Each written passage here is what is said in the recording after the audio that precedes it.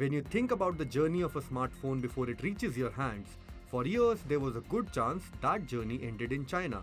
But that is now changing and fast. Google reportedly now plans to stop making its Pixel smartphones, smartwatches, and wireless earbuds in China from 2027, according to a Nikkei Asia report.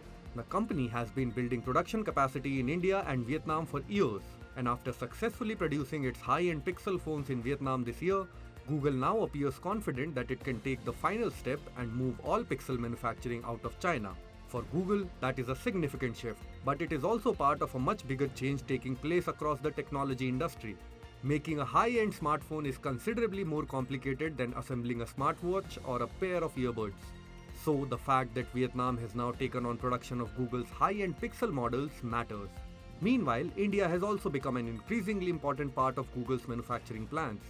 And Google has one advantage that Apple does not. It does not sell Pixel phones in China. That means moving production out of the country does not also mean disrupting a major domestic smartphone market. If Google completes the move, it would become only the second major smartphone brand after Samsung to shift smartphone production entirely out of China. Samsung shut its last Chinese smartphone factory in 2019, with production moving primarily to Vietnam and India.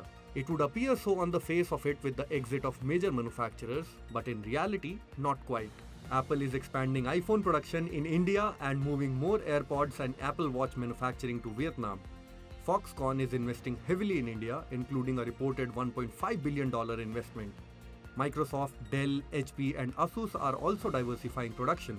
Amazon Web Services is moving server manufacturing outside China, while Google itself is expanding server production in Thailand. However, companies are not necessarily abandoning China. They are just making sure China is no longer the only place they depend on. And that distinction matters because even products assembled in India or Vietnam can still rely on Chinese-made batteries, displays, circuit boards, machinery, and other components. Follow Business Standard for more such stories.